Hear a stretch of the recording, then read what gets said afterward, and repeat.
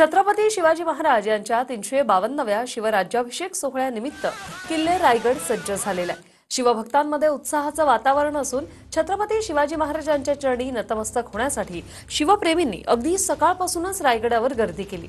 अनुचित प्रकार घडू नये यासाठी पोलीस बंदोबस्तही तैनात करण्यात आलाय, तर जिल्हा प्रशासनाकडून शिवभक्तांसाठी सोयी सुविधा देखील उपलब्ध करून देण्यात आलेल्या आहेत।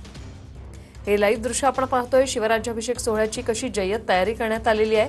मोठ्या संख्येने या ठिकाणी शिवरायांचे हे मावळे उपस्थित झालेले आहेत। रायगड कसा सज्ज झालेला आहे, कसा नटलेला आहे, त्याची ही दृश्य। झांजा, ढोल ताशा पथक, लेझिम अशी सगळे पारंपरिक खेळ आज खेळले जाणार आहेत। अनेक कार्यक्रमांचं आयोजन आहे।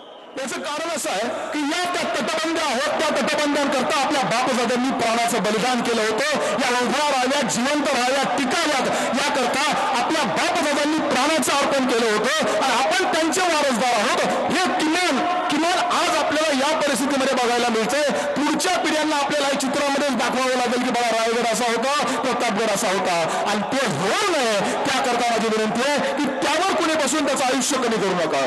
दुसरी गोष्ट काळजी घ्या, पाण्याच्या बॉटल्स प्लास्टिकमुळे या रायगडाचं आयुष्य कमी होतंय।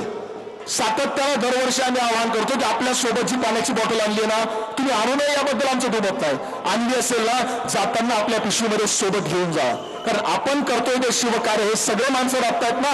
आपल्या वतीनं काम तेवढंच करायचं की आपण जी पाण्याची बॉटल आणली आहे ती आपण आपल्या सोबत घेऊन जायची आहे, कारण हा रायगड तुमचा मला एकट्याचा नाही, हा सगळ्यांचा आहे। हा टिकला